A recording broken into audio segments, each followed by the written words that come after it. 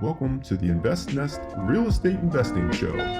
Be sure to check out our website, theinvestnest.com, and start learning and earning today. Hey, what's up everybody? This is Travis Murphy. Welcome to the InvestNest Real Estate Investing Show. Today we've got a really great show for you. If you've ever been curious about how to flip a house, we're going to talk about the basics and a little bit of what goes into that. If you've been curious about house flipping, you've seen it being done on TV, and you hear about people doing it and you don't know where to start, this is the right show for you. We're just going to go over the basics and just kind of talk through from start to finish the whole process that's involved with flipping a house, which is basically finding the deal, whether that's on the multiple list or through a wholesaler or off-market deal, funding the deal either through traditional lending or through through private money or a hard money lender. We're going to talk about rehabbing the deal or doing the actual improvement to the property yourself or with a contractor. And then we're going to talk about selling the property, getting it sold when you're done, and hopefully making some money. That's really the first step, but we're going to talk about that last. It's just to wrap everything up. So first, let's talk about how to find deals. First place you can look is on the multiple list. If you can work with a realtor who is investor friendly, that's going to give you your best chance.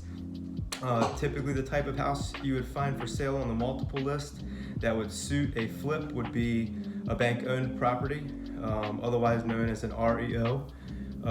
Also estate sales. But typically the house is going to be run down and it's usually sold as is, which means the seller's not going to make any improvements or do anything. You can go get your inspections, but they're not going to do make any changes you may ask for. You're pretty much buying the house as it stands, as it sits.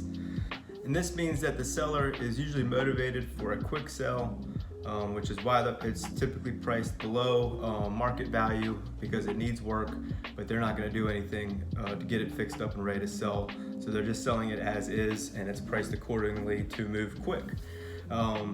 So you can always look on the multiple list, and again, it's helpful if you can find an investor-friendly realtor, because a lot of times what it takes to get a property off the multiple list is just making multiple offers over and over and over again until you get one. And sometimes realtors don't like to do that because it can be a lot of work and not really yield a lot of results. So another way to find houses to flip are through wholesalers or an off-market property.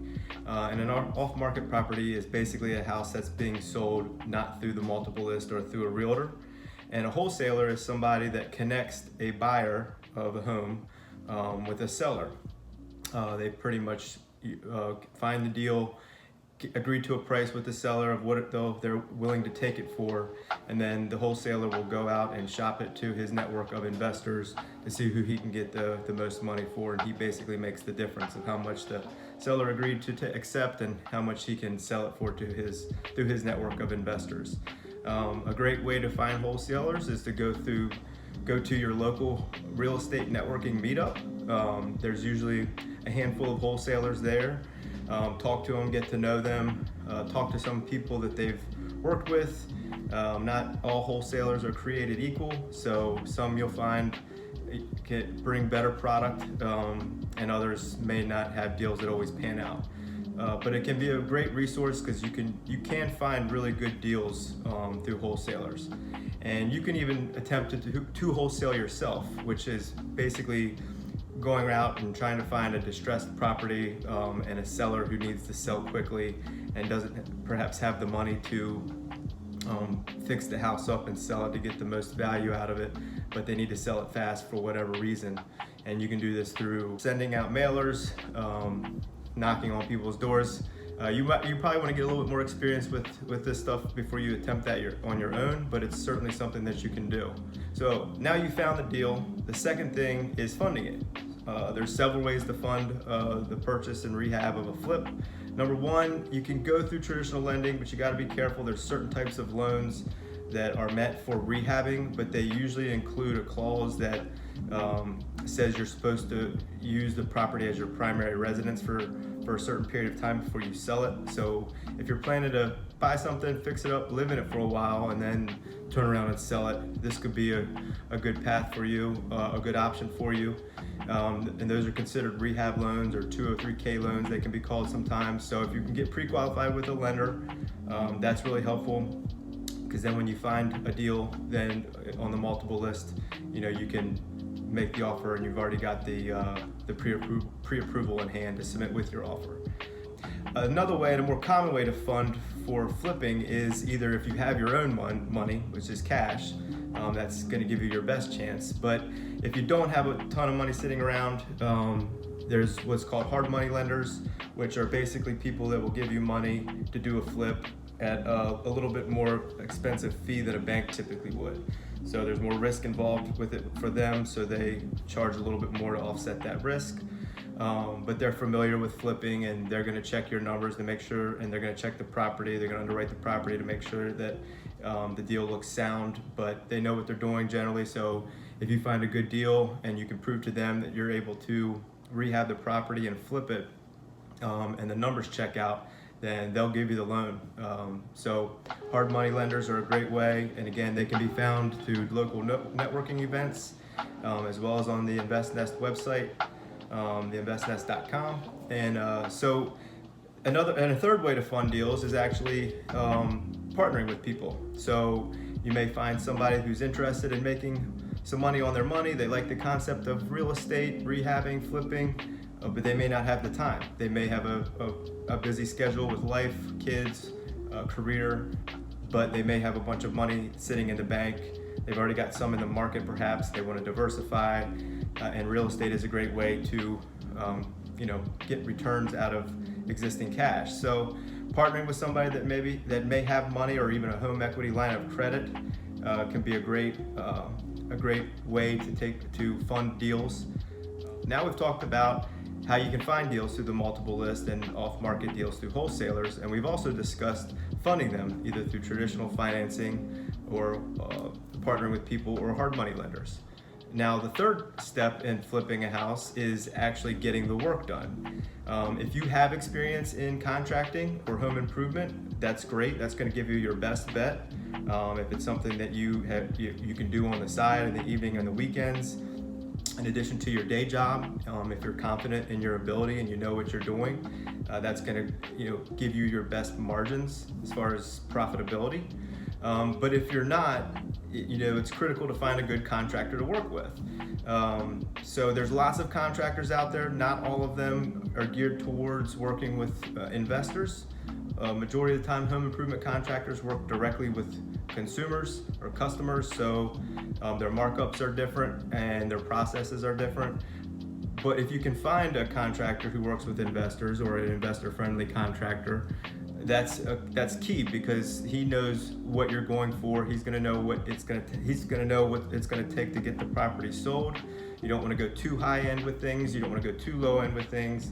If he has experience with rehabbing and flipping for investors or doing contracting work for investors, he's going to know where that middle ground is and be critical to the success in your project.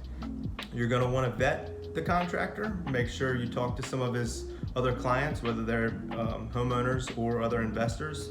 Take a look at the contract before you sign it, read through it, make sure you understand when the payments are due.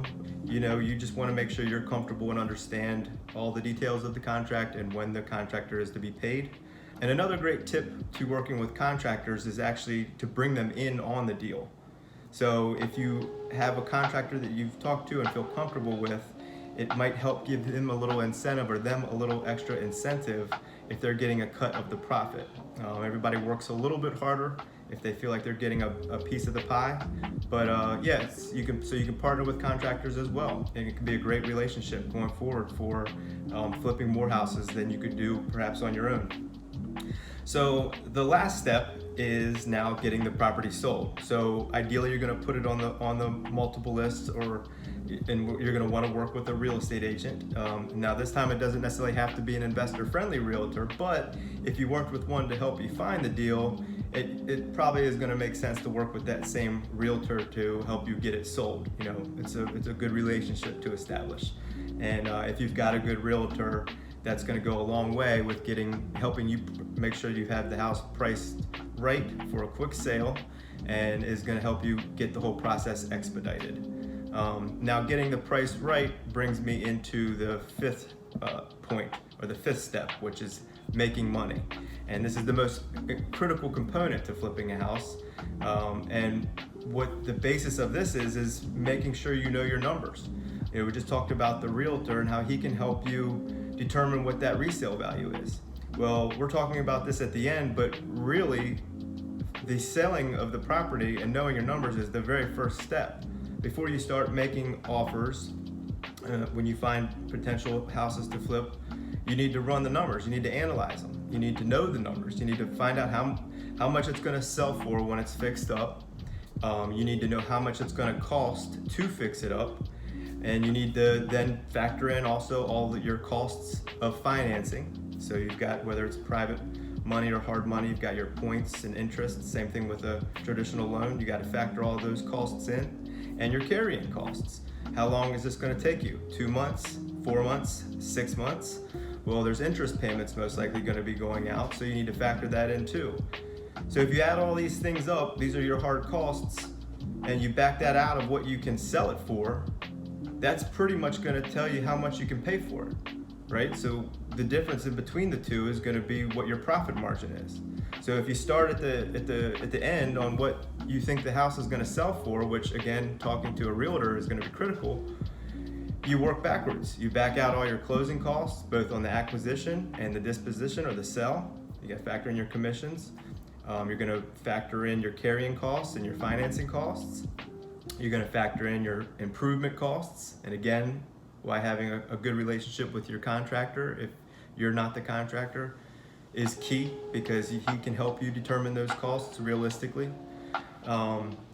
You know, and you combine all those and you say, I want to make X on this project, and you minus that all, that's going to tell you what you can pay for it. So if you see a property on the market, on the multiple list, or a wholesaler's bringing you a property, and you analyze it and you run the numbers and you factor all that stuff in, and it gets down to where this is your number that you can pay for it, and it's less than what they're trying to sell to you for, well, it doesn't matter. You can't force it. You can't want to do the deal so bad that you fudge your numbers to try to make it work. You're gonna shoot yourself in the foot. The whole point of all this is to make money, and it can be fun, it can be a hobby, and it can be exciting. But if you don't make money, trust me, it's not going to be very fun. So let's recap. We talked about finding deals either through the multiple list or through a wholesaler. We talked about funding them either through traditional forms of funding or through hard money lenders or private lenders. We talked about rehabbing the project either yourself or with a local contractor or with a contractor. And then we talked about selling the project, selling the property, and making money on it, turning a profit, knowing your numbers. I hope this covered the basics for you guys. If flipping houses has interested you, if you've seen it being done on TV, if you've heard about other people flipping houses, and you've wanted to get into it for a while, I hope this provided a foundation to build off of. I know it was kind of quick, but really just wanted to give you a couple of the key bullet points and go through the process. If you're interested in learning more about this, we've got a ton of articles and information on our website, theinvestnest.com, as well as other real estate investing topics. So thanks for joining me today, everybody. I really hope you enjoyed the show. Again, go check out the website, theinvestnest.com. There's a ton of information about real estate investing, house flipping, and more. Be sure to subscribe and like, and go sign up for the Invest Nest. It's a free membership. Thanks for joining me, everybody. I hope you enjoyed the show today. This is your host, Travis Murphy of the Invest Nest Real Estate Investing Show, and be sure to tune in next time. Thanks for joining us on the Invest Nest Real Estate Investing Show. For more information, visit theinvestnest.com.